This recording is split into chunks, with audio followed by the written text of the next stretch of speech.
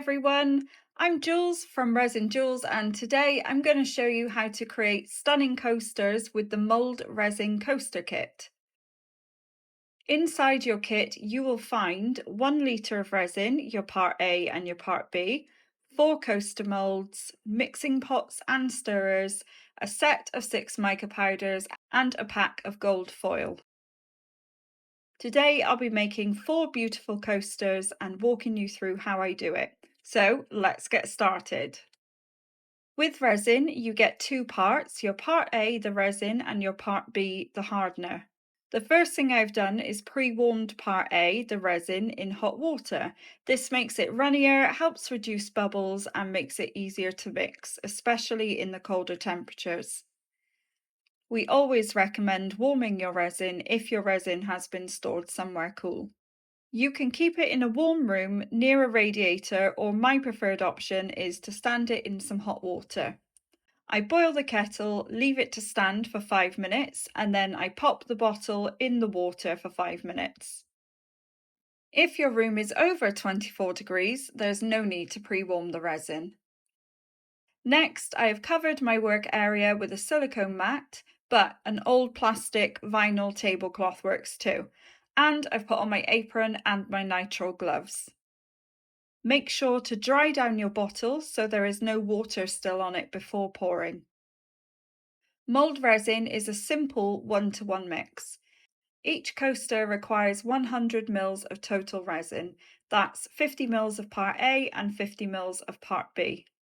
For my 4 coasters, I am pouring 220 ml of part A into my mixing jug and then 220 ml of part B.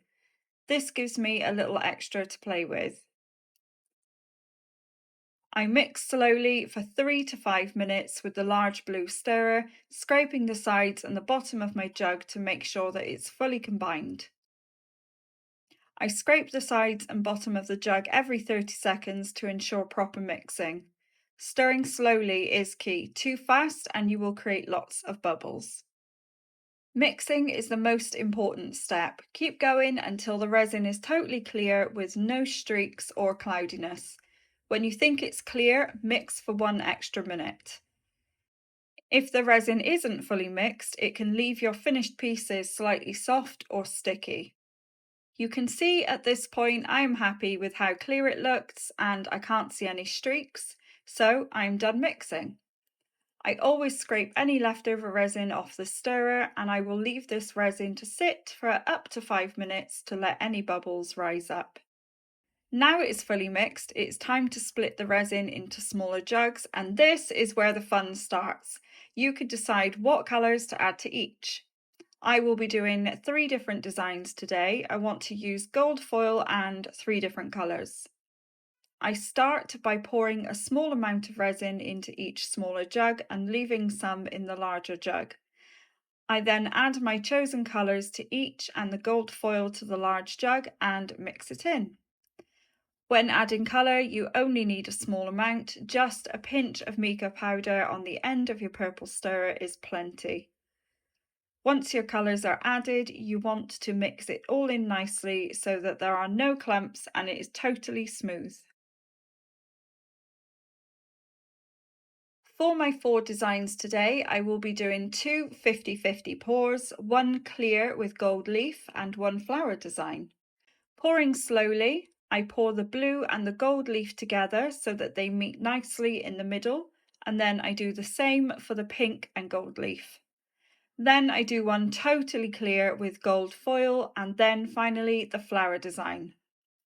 For this I'm adding gold foil in the centre and then pouring clear with little bits of gold leaf around it, followed by 2 circles of pink and 2 circles of purple. Then, using the purple stirrer, I slowly drag the resin into the centre to create the flower effect. I'm wiping the purple stirrer between each drag so it doesn't make the pattern muddy. I noticed a couple of small trapped air bubbles, so I used my clean purple stirrer to fish them out. One handy tip is to always have an extra mould spare for extra resin so that there's never any waste. I have a little left over, so I have poured it all into this ghost mould. Now it's time for cleanup. Once you've finished creating, wipe down any leftover resin in your jugs or stirrers using wipes, or a simple isopropyl alcohol spray works great. Never pour resin down the sink, it can harden and cause blockages. You then want to leave your coasters to cure 24 hours before demolding, and you want to leave them in a warm room, which is around 18 to 22 degrees Celsius, so that they cure solid.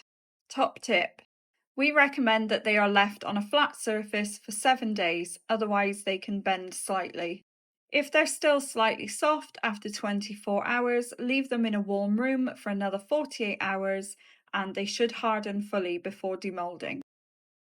Right, 24 hours have gone by and it is time to demold.